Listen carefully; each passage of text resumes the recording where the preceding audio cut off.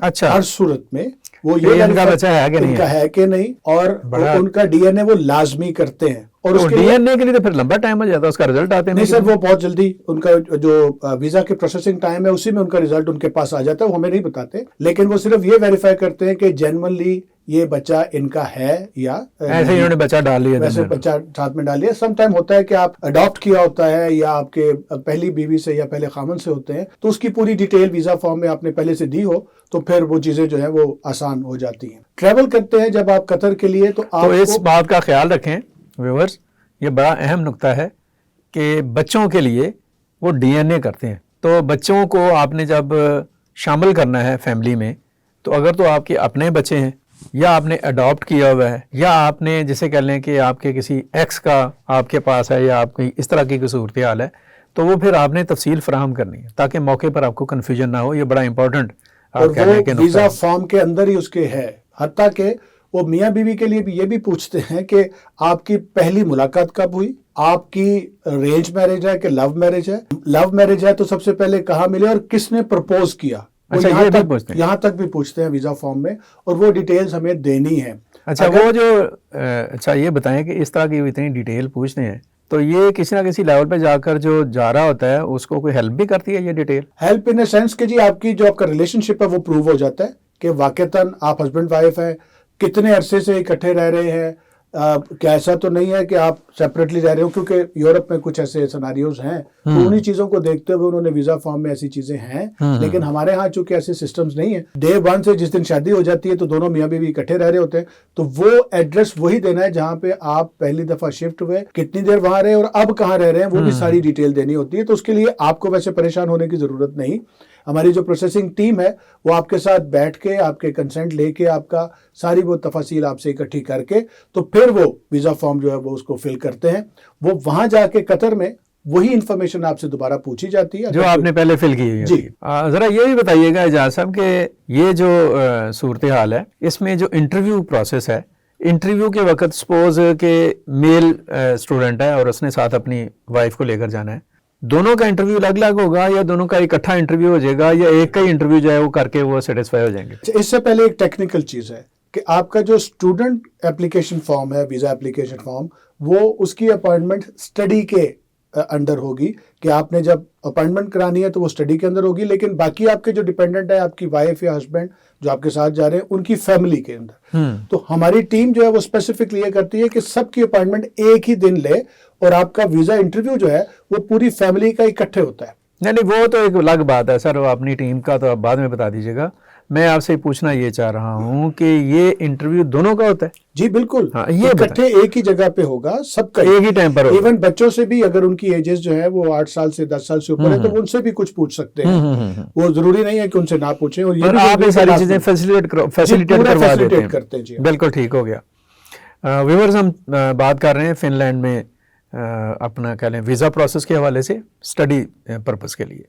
گفتگو ہماری جاری ہے, ملتے ہیں بریک کے بعد. Are you seeking admission and a bright future in UK, USA, Canada, Australia, New Zealand or in any Schengen country? There are lots of people in the market, but you are still confused to choose one.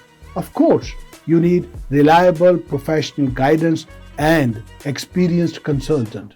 Now don't worry. Mashrak Digital is bringing a unique program for you, namely Mera Mustaqbil, meaning by My Future. We will be your partner to meet your future goals.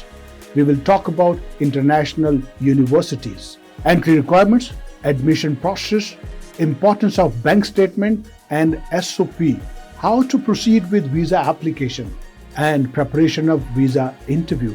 And not only this, all that you need. A team of foreign qualified counselors led by renowned education consultant holding 21 years of experience. We will process your admission and visa application. So don't forget to watch Mera Mustaqbil every Friday at 8 p.m. only on Mashriq Digital.